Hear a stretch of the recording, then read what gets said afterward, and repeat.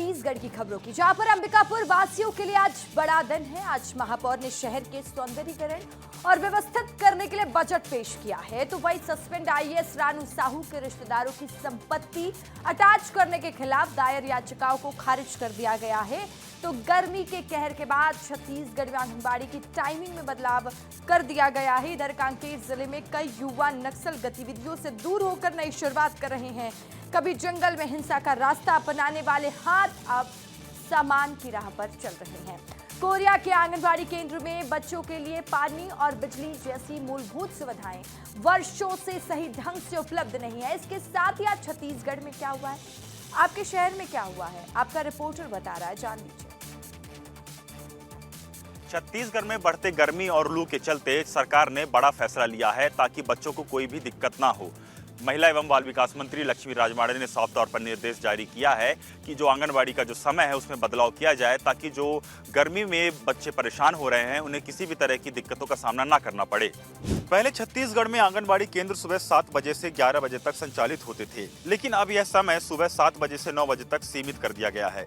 इस बदलाव का उद्देश्य बच्चों को भीषण गर्मी और तेज धूप से बचाना है। इस बदलाव से बच्चों को धूप से बचने में मदद मिलेगी और माता पिता भी अच्छा महसूस करेंगे। सरकार का यह कदम बच्चों की सेहत और सुरक्षा को सर्वोपरि मानता है। मंत्री लक्ष्मी राजवाड़े के निर्देश पर यह कदम पूरे राज्य में लागू कर दिया गया है। केंद्रों में केवल सुबह 7 बजे से 9 बजे तक ही बच्चों के लिए गतिविधियां आयोजित की गई हैं। यह निर्णय भीषण गर्मी के दौरान बच्चों की सुरक्षा सुनिश्चित करने के लिए किया गया। छत्तीसगढ़ में गर्मी और लू से बचने के लिए सरकार द्वारा दिया गया निर्देश काफी असरदार साबित होगा। इससे जो बच्चे के माता पिता भी हैं वह भी शांतपूर्वक अपना काम कर सकेंगे। छत्तीसगढ़ हाईकोर्ट ने रायगढ़ कलेक्टर रही और सस्पेंड आईएएस रानू साहू के रिश्तेदारों की संपत्ति अटैच करने के खिलाफ दायर याचिकाओं को खारिज कर दिया है। कोयला लेवी घोटाले में निलंबित आईएएस रानू साहू को छत्तीसगढ़ हाईकोर्ट से बड़ा झटका लगा है। रानू साहू और उनके परिजनों की 9 अपीलों को कोर्ट ने खारिज कर दिया है। डिवीजन बेंच ने ईडी द्वारा की गई संपत्ति कुर्क की कार्रवाई को सही ठहराया है और कहा है कि अपराध से अर्जित रकम न मिलने पर उसकी बराबर मूल्य की संपत्ति भी जब्त की जा सकती है। कोर्ट ने अभी स्पष्ट किया है कि मनी लॉन्ड्रिंग मामले में सीधे सबूत होना जरूरी नहीं है, परिस्थितिजन्य साक्ष्यों के आधार पर भी कार्रवाई की जा सकती है। दरअसल कोल लेवी वसूली और मनी लॉन्ड्रिंग केस में रानू साहू आरोपी है। जांच के दौरान ईडी को पता चला कि रानू साहू ने अवैध लेन देन कर अपने रिश्तेदारों के नाम पर संपत्ति अर्जित की है। याचिकाकर्ताओं का कहना था कि संबंधित संपत्ति रानू साहू के कलेक्टर बनने से पहले खरीदी गई थी, इसलिए उन्हें अटैच करना गलत है। साथ ही यह भी दलील की गई कि एफआईआर में उनका नाम शामिल नहीं है और अपीलेट ट्रिब्यूनल की ओर से अपील खारिज करना भी अनुचित है। हालांकि हाईकोर्ट ने इन सभी तर्कों को स्वीकार नहीं किया। आपको बता दें कि रानू साहू के रायगढ़ और कोरबा कलेक्टर रहने के दौरान कोयला सिंडिकेट पर संरक्षण और रिश्वत लेने के आरोप भी लगे हैं। फिलहाल ईडी की कार्रवाई जारी है, अब तक उन्हें कोई राहत नहीं मिली है। अंबिकापुर शहर के लिए आज का दिन बड़ा दिन है। अंबिकापुर के महापौर मंजूषा भगत ने आज अंबिकापुर शहर के लिए बजट पेश किया है और इस बजट में शहर के लोगों को कई सौगातें मिल रही हैं।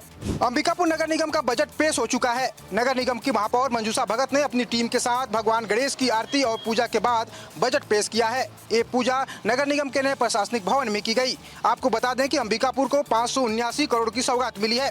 बजट के तहत अंबिकापुर में 100 करोड़ की लागत से गोल बाजार का निर्माण किया जाएगा। जिला अस्पताल के पास अंडर ब्रिज का भी निर्माण होगा। वहीं 30 करोड़ की लागत से नया स्टेडियम बनाया जाएगा। इसके साथ ही साथ 8 करोड़ की लागत से स्पोर्ट्स कॉम्प्लेक्स का भी निर्माण किया जाना है। अंबिकापुर में नए स्विमिंग पूल का निर्माण होगा जिसके लिए 10 करोड़ रुपए खर्च होंगे। वहीं सामुदायिक कॉम्प्लेक्स बनाने के लिए भी 25 करोड़ रुपए का प्रावधान किया गया है। अंबिकापुर शहर का बजट पेश होने के बाद अब उम्मीद की जा रही है कि अंबिकापुर शहर के विकास का पहिया तेजी के साथ घूमेगा और शहर के हर हिस्से का विकास होगा। ब्यूरो रिपोर्ट प्रसाद यादव के साथ दिलीप जायसवाल, विस्तार न्यूज, अंबिकापुर। मैं ग्राम पंचायत बड़गांव के महादेवपारा में हूं, जहां पे आंगनबाड़ी में पीने के पानी की गंभीर समस्या है। यहां पीने के पानी के लिए हैंडपंप तो है, लेकिन उसमें से इतना गंदा पानी निकल रहा है। यह है बड़गांव का आंगनबाड़ी केंद्र। यहां लगे हैंडपंप का पानी काफी दूषित है। आलम यह है कि इसमें कीड़े भी पाए जा रहे हैं।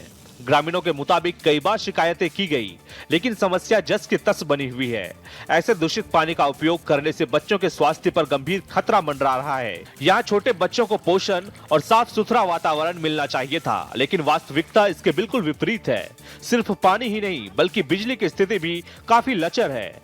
कागजों में बिजली कनेक्शन दर्ज है और पंखे लगे हुए हैं, लेकिन पिछले 8 वर्षों से यहाँ बिजली सप्लाई शुरू नहीं हो सकी है। ग्रामीणों का कहना है कि अगर सिर्फ एक बिजली खंभा लगा दिया जाए तो केंद्र में बिजली बहाल हो सकती है, लेकिन प्रशासनिक उदासीनता के कारण यह समस्या दशकों से बनी हुई है। देखना होगा कि खबर दिखाए जाने के बाद क्या अधिकारी इस पे कुछ संज्ञान लेते हैं और क्या पानी की व्यवस्था और बिजली की व्यवस्था यहाँ पे की जाती है या फिर नहीं।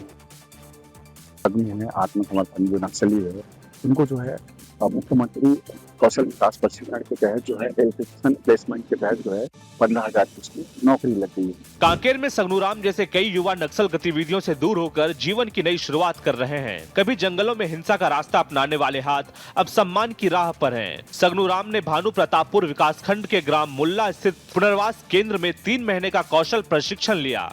उन्होंने राजमिस्त्री, काष्ठ शिल्प और इलेक्ट्रीशियन का प्रशिक्षण हासिल किया। साथ ही उन्होंने 1ली से 8वीं कक्षा तक की पढ़ाई पूरी की। आज सगनूराम निजी फार्म में इलेक्ट्रीशियन के रूप में काम कर रहे हैं, जहां उन्हें प्रतिमाह 15,000 रुपये वेतन मिल रहा है। उनका यह बदलाव उन्हें एक नई पहचान और सम्मान दिला रहा है। सगनूराम की कहानी यह दर्शाती है कि अवसर मिलने पर कोई भी व्यक्ति जीवन को नई राह दे सकता है। सरकार के पुनर्वास के इस मॉडल की चर्चा खूब हो रही है। आत्मसमर्पण करने के बाद मुख्यमंत्री कौशल प्रशिक्षण के तहत इन्होंने प्रशिक्षण किया और एक रोशनी देने का काम, घरों में देने का काम करेंगे।